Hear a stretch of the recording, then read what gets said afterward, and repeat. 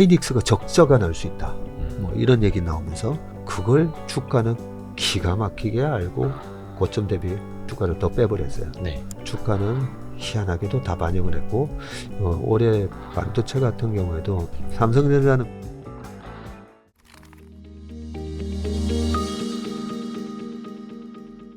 그러면 연중 올해 내내 쓸만한 주식 대형주 혹시 거기에는 반도체가 들어갈 있을 거라고 저희는 예상을 합니다. 있을 거라고. 네. 반도체는 이제 시총 비중도 너무나 크고 너무나 상징적이어서 이건 뭐 질문을 안 드릴 수가 없는데 네. 앞에서도 뭐 잠깐 삼성전자 어닝 쇼크 때 네. 그리고 그 이후에 주가 오른 이야기를 했습니다만 이게 올해 한 해 흐름으로는 좀 어떻게 보세요? 뭐 그 흐름을 뭐 제가 뭐 다 어떻게 알겠습니까, 그죠? 그런데 삼성전자, 하이닉스 같은 경우에 너무 명확하잖아요. 그 2010년도에 엘피다 망하고 2011년도에 하이닉스가 SK그룹에 넘어가고 이럴 때는 치킨 게임이 네. 거의 뭐 마지막 단계였었고요. 그 이후로 이제 과점화되고 나서는 네. 왜 요즘 쇼크가 났는데 왜 주가가 올라가느냐? 결국은 반도체는 우리가 빅그로스라고 하잖아요. 네. 그 빅그로스가 15에서 20% 정도 수요가 탄탄하게 증가합니다. 반도체는요. 왜냐하면 이제 뭐 자율운행, 전기차부터 해가지고 AI까지 막 계속 더 커지고 있잖아요. 네. 그래서 반도체 수요는 탄탄해요. 네. 탄탄한데 공급에 의해서 그 반도체 가격이 왔다 갔다 하는 거거든요. 네. 그래서 얼마나 이 가격이 살아날 수 있느냐는 이 반도체 3사가 물량을 얼마나 줄이느냐에 딸려 있는 겁니다. 근데 마이크론하고 하이닉스는 벌써 줄이겠다고 얘기를 했는데 전자가 아무 얘기를 안 하니까 삼성전자가 네, 큰형님이 아무 얘기 안 하고 어떨 때는 뭐야 전자는 우리는 줄이는데 저기는 계속 생산해서 네.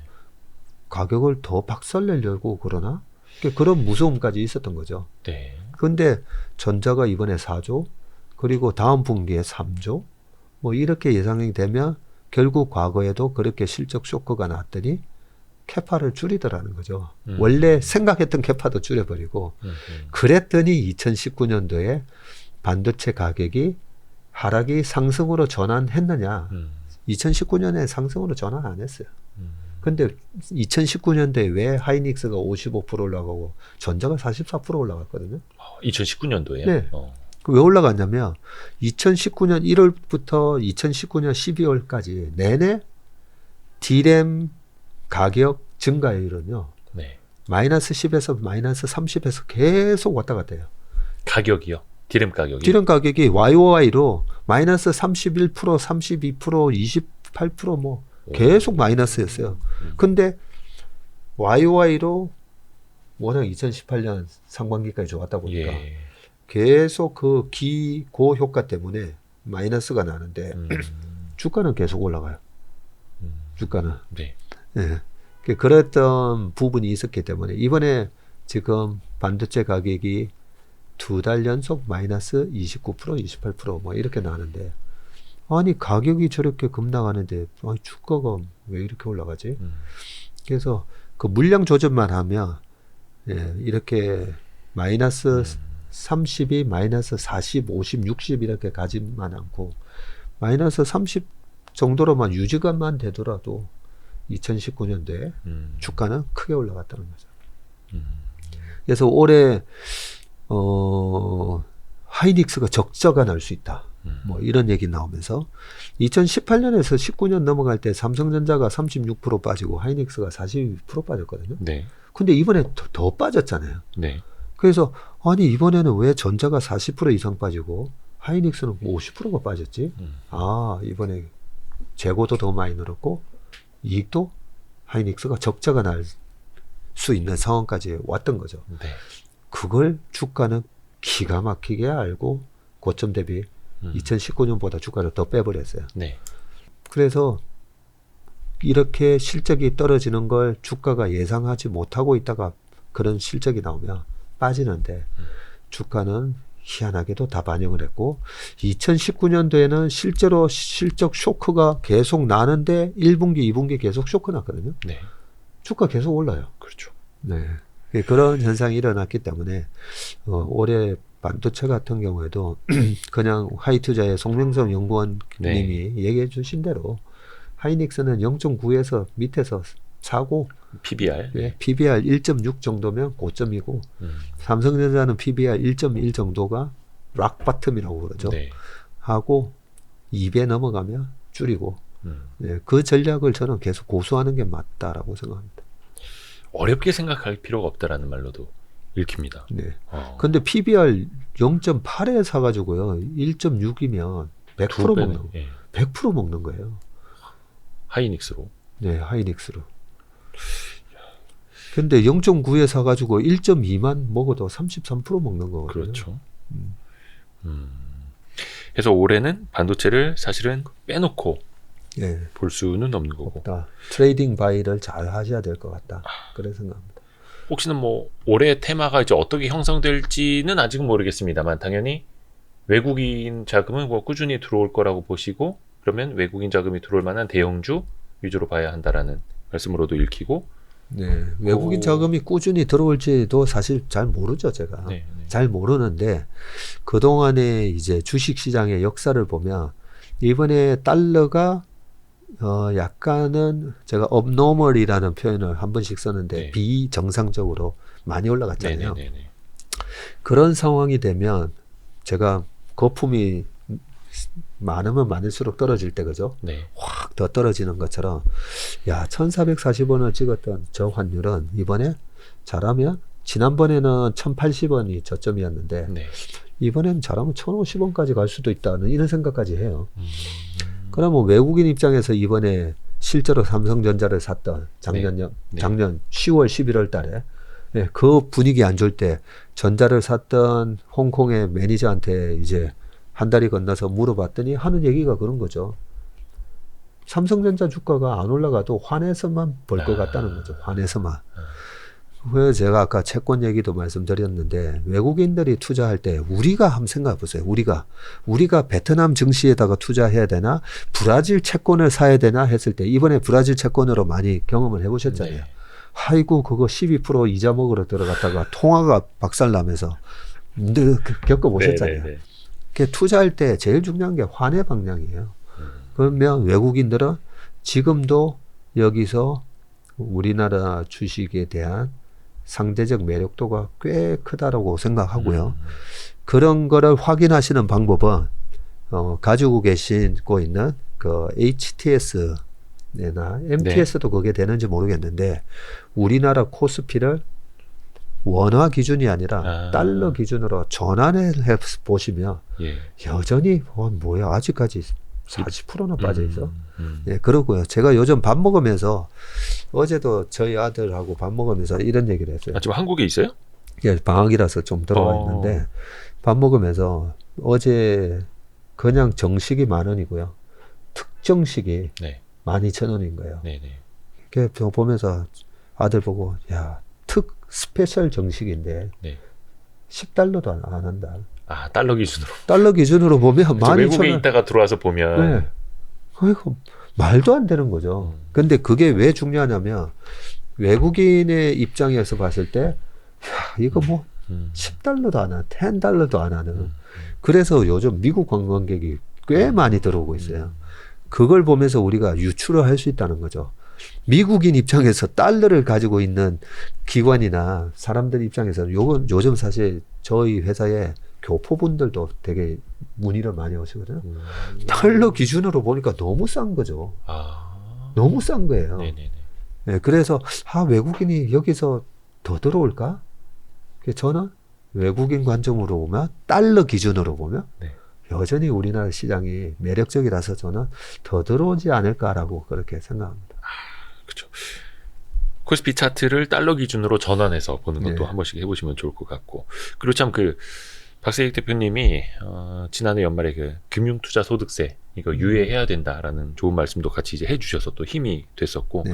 또 최근에 보면 금융위원회 차원에서도 이제 코리아 디스카운트 요인을 좀 해소하기 위한 네. 뭐 지배구조 개선 방안 아니면 또 뭐 M&A 시에 최소한 한 50%까지는 지분을 확보할 수 있도록 일정 부분은 뭐 의무 공개 매수 제도를 도입하는 방안 다양한 걸 좀 도입을 하더라고요. 네. 과거에는 맨날 우리나라 뭐 지정학적 우려 아니면 지배구조 문제 이런 것 때문에 코리아 디스카운트 요인 심하다 했는데 지금 측면에서 보면은 이제 개선되는 흐름을 좀 긍정적으로 볼 수 있을까요? 이게? 네. 일단은 이번에 은행주 올라간 거 아. 보면서 야, 그래도 이제 시작하는구나.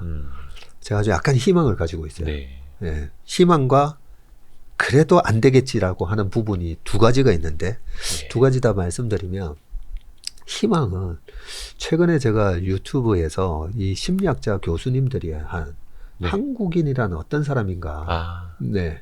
그 서울대 심리학과 교수 성함이 기억이 안 나는데 제가 그 영상을 유심히 보면서 약간 좀 희망을 가지는데 네. 주체성이 강하고 그죠? 한번 네, 검색해 보세요. 예, 주체성이 강하고 우리는 이 일본식의 집단이 가면 무조건 따라가야 된다. 네. 이건 아니다는 거죠. 그게 어떤 집단의 이익도 되게 중요시하지만 허태균 교수님. 허태균 네, 교수님이죠. 맞아요. 허태균 교수님. 네. 맞아요. 이 교수님 그 영상을 보면서 굉장히 우리나라 사람들이 주체성이 강하다. 네. 네, 그런 부분이 있잖아요. 그 주체성 중에서도 되게 우리나라 사람들은 정의로운 걸 되게 따집니다. 아, 그렇죠? 네. 정의로운 거. 네. 근데 이때까지는 금융에 대해서 제대로 누가 얘기를 해주는 사람이었고 네. 금융에 정통한 사람은 또 굳이 이걸 덜쳐낼 필요가 없었던 거죠. 네. 코리아 디스카운트의 원인은. 근데 이제 저도 많이 얘기하고 주식 시장에서 일어나고 있는 불공정한 일들, 네, 그런 부분에 대해서 이제는 우리가 깨닫기 시작했어요. 네. 그러면 이 정치권에서도 이 국민들이 이렇게 일어나는 거에 대해서는 되게 조심하잖아요. 네. 그래서 약간 경각심을 가질 것 같아요. 예, 그런 데 있어서 와, 이제 진짜 코리아 디스카운트 해소가 이제 시작될 수가 있겠구나라는 희망을 가지고 있습니다. 이게 해결이 되잖아요. 네. 뭐 우리나라 주주 환원율이 얼마고 다 아시잖아요. 그죠? 네. 요게 해결이 되면 아무 이익 증가, EPS 증가가 없어도 일단 PBR이 지금 0.83 이러고 있는 게 네. 이게 그냥 1.2, 1.3까지 올라갈 수가 있어요. 예, 올라갈 수가 있고 워낙 이제 축적된 기업의 이익이 자산들이 많은데 이걸 주주한테 안 주다 보니까 네. 맞아요. 솔직히 그냥 얘기해 놓고 보면 왜 안 주느냐? 대주주 입장에서는 그냥 내 개인 회사처럼 생각하면서 나 때 우리 아들 세대, 손자 세대 계속 이렇게 물려주면서 아들한테 물려줘야지 왜 주주들한테 주냐 뭐 이런 거죠. 예. 그렇게 하고 얼마든지 고액 연봉으로 그렇죠. 얼마든지 가져갈 수 있잖아요. 그런 부분 때문에 굳이 뭐 주가를 올릴 필요도 없고 배당을 많이 할 필요도 없었던 거죠. 아무튼 이런 부분에 대해서 이제 변화가 생겨서 코리아 디스카운트에 해결 조짐을 보인다. 희망. 근데 하나 약간 부정적으로 보는 거는 우리 정치권에서의 일어났던 일인데 네. 재작년 겨울 12월 달에도 네. 지금 우리가 물적 분할뿐만 아니라 인적 분할은 일단은 주주한테 선택권을 줘서 좋긴 해요. 네. 그나마. 근데 하나의 회사가 굳이 인적 분할을 해서 지주사를 만들고 사업회사를 만들어서 네. 결국 대주주가 지분율이 20 몇 프로, 30 몇 프로밖에 안 됐었는데 인적 분할을 해서 이 사업회사를 그거 유상증자를 할 때 자사주 가지고 네. 아이고, 그걸 갑자기 현금 생각이 납입이 아니라 현물 투자. 현물 투자. 예. 현물 투자가 생각이 안 났어요. 현물 출자를 하면서 그냥 이 지주회사의 지분율을 50% 이상, 그렇죠. 51% 만들어버리고 이 사업회사의 지분은 없어도 지주회사가 사업회사 그렇죠. 달고 있는 네. 이런 식으로 해가지고 그냥 기업을 갖다가 아무 돈 안 들이고 지배할 수 있는 그렇죠. 그 제도를 그게 IMF 때 우리가 만든 거예요. IMF 지나면서 외환은행을 뺏기고 하는 과정에서 우리가 자본이 없으니까 네. 기업에 축적된 자본이 없으니까 외국 자본에 대한 적대적 M&A를 막으려고 그걸 허용을 해준 건데 그걸 20몇 년이 지났는데 지금도 여야가 합의해서 재작년 12월 달에 또 통과시켰어요. 그렇게 할 수 있게끔. 그런 걸로 보면 저는 정치권에서 아니 이런 거를 통과시켜주면서 예, 금투세 가지고 막 싸웠잖아요. 네. 그래서 조금은 정말 주주 가치를 훼손시키지 않고 코리아 디스카운트를 해소시키는 데 있어서 해야 될 게 있어요. 이 우선순위로 따졌을 때 그런 것부터 좀 못하도록 해야 되고 네. 우리가 뭐 상법을 좀 고쳐야 되는 거 있잖아요. 예, 이사는 주주 가치마저도 네. 생각해야 되는 부분. 그 다음에 우리 이번에 제도권 얼라인 파트너즈에서 아주 좋은 일을 해주셨는데 우리 제도권에서 국민연금이 또 그 역할을 해줘야 돼요. 네. 예, 이번에 CIO가 바뀌셨죠. 네. 예, 제가 그분이 굉장히 원칙주의자시거든요. 아마 주주 가치에 대해서 아마 이번에는 좀 세게 하시지 않으실까라는 생각이 드는데 그러므로서 코리아 디스카운트가 본격적으로 이제 해소가 되겠구나. 그런 데 대해서 약간 기대를 하고 네. 있습니다. 그러니까 우리 정치권에서도 조금 힘을 이렇게 보태주셨으면 좋겠습니다. 아까 말씀하셨던 그 자사주 마법을 부려서 대주주의 입맛에 맞게 지배 구조를 변경한 요것도 이제 정부가 못하도록 네. 약간 좀 추진을 해보겠다라는 네. 기사도 1월 10일에 나온 바 있고요.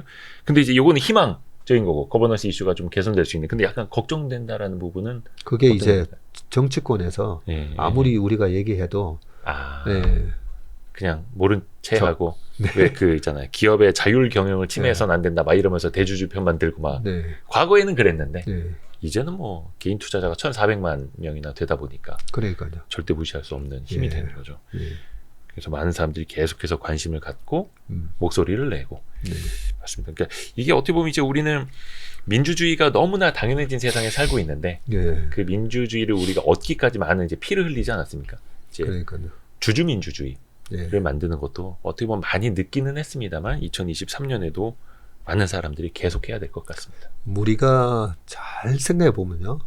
북한의 세습 체제를 되게 비난을 하잖아요. 그렇죠? 예. 김일성, 김정일, 네, 김정은 뭐 이렇게 네.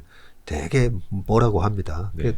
시진핑 이번에 3기 집권하니까 예. 독재 체제로 되면서 중국의 신뢰가 이제 확 무너져 네, 버리잖아요. 국가적인 마윈 같은 그런 나도 창업을 해서 마윈과 같은 그런 혁신적인 창업가가 돼야지 그런 게 이제 쑥 없어지게 돼 있거든요. 네. 언제든지 회사를 뺏기잖아요. 그렇죠. 이번에 마인의 지분율이 5%인가 6%로 엄청 확 줄었다고, 줄어졌잖아요. 예. 그래서 옛날에 우리도 군부 독재 시절에 회사를 키워놔봐야 아, 정경유착을 하지 않으면 언제든지 뺏길 수가 있으니까. 그래서 IMF가 왔던 그런 것처럼 그 우리가 이런 그 기업도 한번 잘 보세요. 그 스티브 잡스 딸이 지금 뭘 하고 있는 게 아니잖아요. 빌 게이츠 딸이 뭐 경영을 하고 있는 게 아니라. 스티브 잡스는 딸이랑 사이가 되게 안 좋더라고요. 예. 그래서 기업은 그 기업의 주주 가치를 극대화할 수 있는 그런 경영진이 하는 게 맞고요. 팀 맞습니다. 쿡이 애플의 그런 그 위대한 또 애플의 그 신화를 이어가듯이 우리도 이제는 기업가들도 마인드가 이게 내 회사가 아니라 네, 경영을 잘할 수 있는 전문 경영인이 그렇게 경영할 수 있는 그런 이제 마인드의 변화가 네. 우리한테도 조금 필요할 것 같습니다. 좋습니다. 오늘 아주 장시간 박세익 대표님 저희 시간 내주셔서 너무 감사드리고요. 네. 딱 역시 대표님 말씀을 들으면 뭔가 한 해의 길이 좀 이렇게 빛이 비치는 것 같습니다. 길이 좀 보입니다. 마지막으로 이제 약간 통계적으로 한 번 더 통계적으로. 예. 그 한 번만 더 희망적인 얘기 하나 해드리면 네네네. 1998년부터 작년까지 네. 네, 98년 포함해서 25년이잖아요. 예. 자, 25년 중에 우리나라 시장이 빠진 거는 7번밖에 없어요. 연간으로 하락한 건 연간으로 하락한 거는 7번밖에 없습니다. 7번밖에 없는데 그 7번 중에 짝수회와 홀수회를 따져보면요. 네. 반반일 것 같잖아요. 네네네. 짝수회에 빠진 게 6번이고요. 네. 그 98년 동안 작년까지 네. 25년 동안 홀수에 빠진 것은 2011년 한 번밖에 없어요. 네. 그래서 저는 옛날부터 네. 그 운용을 이제 오랫동안 하다 보니까 네. 그냥 우리끼리는 그런 얘기 많이 했었어요. 예, 홀수에 돈 벌고 짝수에는 지키고. 예, 그런 측면으로 봤을 때 올해가 홀수고 네. 작년이 25% 주가가 빠져 있기 때문에 올해는 아무튼 작년에 많이 우리가 힘들으셨을 건데 우리가 주식 투자를 하든 축구를 하든 농구를 하든 실점 안 하고 음. 농구하면서 95대 0으로 이길 수는 없잖아요. 아, 그렇죠. 그렇죠. 어떤 위대한 팀도 95대 0으로 이기는 팀은 없어요. 예. 주식도 똑같습니다. 어. 예, 이럴 때는 읽고 한데 결국 득점을 더 많이 하면 되는데 올해 2023년은 득점을 하기 좋은 해라는 걸 다시 한번 강조드리면서 오늘의 얘기를 마무리 도록 아유, 하겠습니다. 감사합니다. 초반에 해주셨던 말씀처럼 밸류를 보고 사고 밸류를 보고 팔아라. 이걸 또 잊지 않고 올해도 계속해서 명심을 하면서 투자를 해야 될 것 같습니다. 채슬리 투자자문의 박세익 대표님 정말 감사합니다. 네. 아유, 고맙습니다. 고맙습니다. 새해 복 많이 받으십시오. 새해 고맙습니다. 복 많이 받으세요.